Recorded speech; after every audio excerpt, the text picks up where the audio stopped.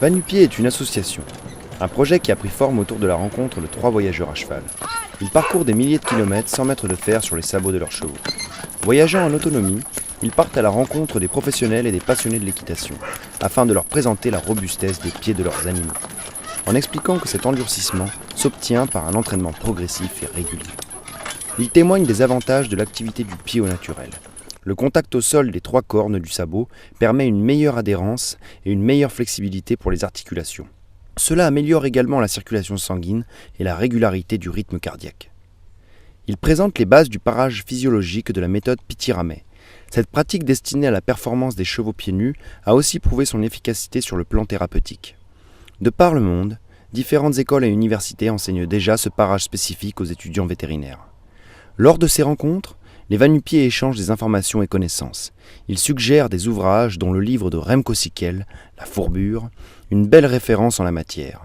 En résumé, ce projet a pour objectif de contribuer à l'essor et à la reconnaissance du métier de podologue équin, un nouveau paradigme pour les équidés.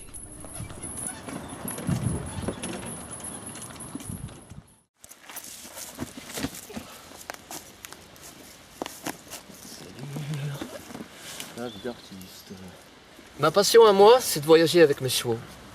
Et en quelques années, avec mes chevaux, on a parcouru à peu près 20 000 km et sans leur mettre de fer sur leurs sabots et sans leur mettre non plus d'hyposandales. Et ce que j'ai constaté, c'est qu'en fait, les pieds des chevaux, ils ne s'usent pas, contrairement à ce que tout le monde croit. Ouais, les pieds vont s'user, il faut mettre des fers. Mais en fait, quand les chevaux marchent pieds nus, et si on est progressif, les pieds vont se renforcer.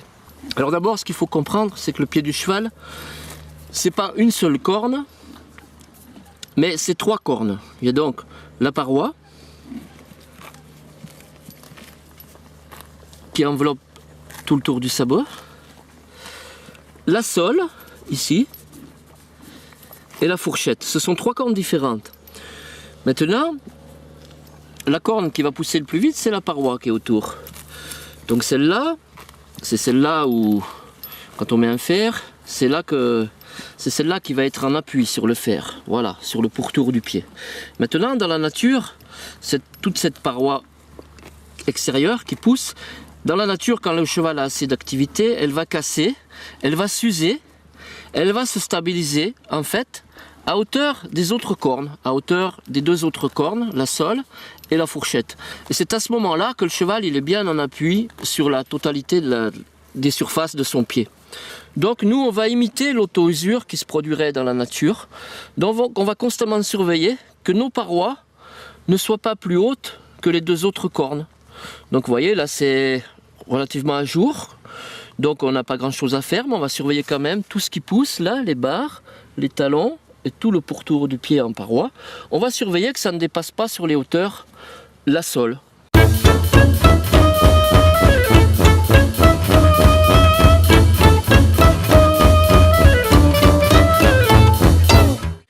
Et donc cet appui va être intéressant parce qu'il va permettre à toute la boîte cornée de bien être flexible au moment de l'amortissement pour le confort des articulations du membre.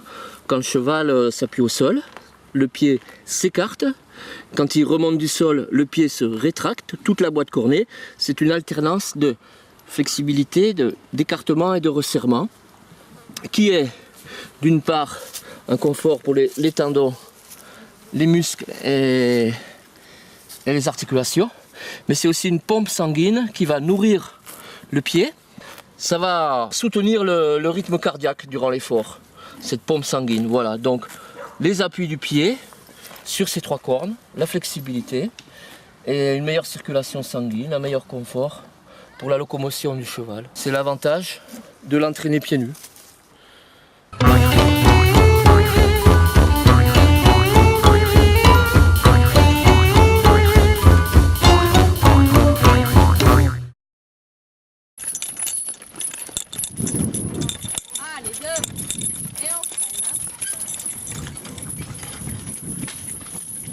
Les têtes de mule voyagent en attelage avec 2 mulets, ce savant mélange entre une jument et un baudet.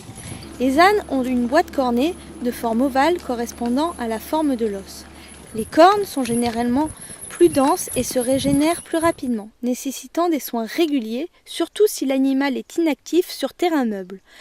La mule, prenant ses gènes chez ces deux individus, aura donc les propriétés de l'un et de l'autre. Ces différences de forme et de pousse ne changent en rien la technique du parage, qui a pour repère la sole.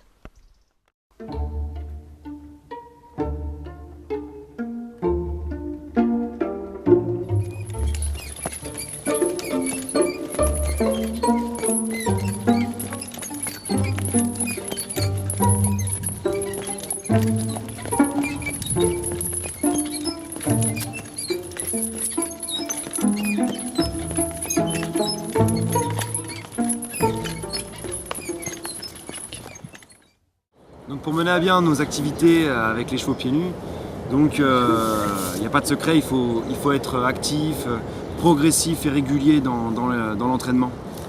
Et la mise pieds nus, en fait, c'est pas seulement des ferrets, c'est toute une aventure.